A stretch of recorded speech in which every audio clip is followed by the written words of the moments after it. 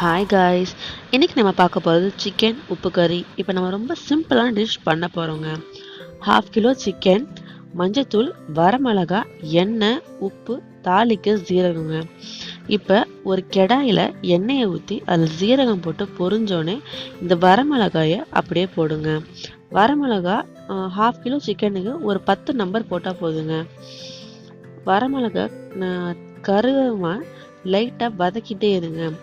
வரமிளகா கருகிடக்கூடாதுங்க. அதுதான் இந்த டிஷ்ஷோட டேஸ்ட்டே அதுதான். ஸோ கரெக்டாக பார்த்து வதக்கிட்டே இருங்க. வரமிளகா நல்லா வதக்கி முடித்த உடனே சிக்கனை அதில் போட்டுருங்க. போட்டதுக்கப்புறம் ஒரு பெரட்டை பெரட்டிட்டு கொஞ்சம் உப்பு, மஞ்சத்தூள் போட்டுக்கோங்க. அவ்வளோதாங்க என்னோட டிஷ்ஷு. இப்போது அந்த சிக்கனை நல்லா வதக்கிட்டே இருங்க.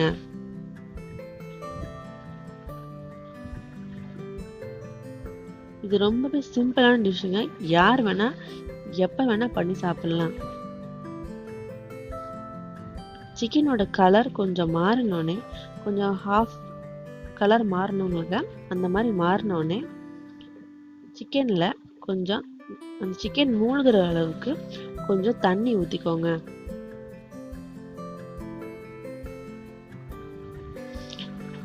தண்ணி நல்லா கொதிக்கணுங்க. கொதிச்சோடனே ஒரு பிளேட் எடுத்து அதை மூடிடுங்க. நல்லா சுண்டுற வரைக்கும், அது சிக்கன் வேகிற வரைக்கும் அதுக்கணுங்க. இப்போ தண்ணியெல்லாம் போய் இப்போ எண்ணெய் தனியாக வந்து சிக்கன் நல்லா வெந்திருக்குங்க. பாருங்க, உங்களுக்கே தெரியுதுல்ல, சிக்கன் நல்லா வெந்துருச்சு. அவ்வளோதாங்க டிஷ்ஷு. ரொம்பவே ஈஸியான டிஷ்ஷுங்க. உங்களுக்கு இந்த சிக்கன் உப்பு கறி பிடிச்சிருக்குன்னு நினைக்கிறேன். ஸோ வீட்டில் செஞ்சு பார்த்து எப்படி இருக்குன்னு சொல்லுங்கள். தேங்க்ஸ் ஃபார் வாட்சிங். Thank you so much.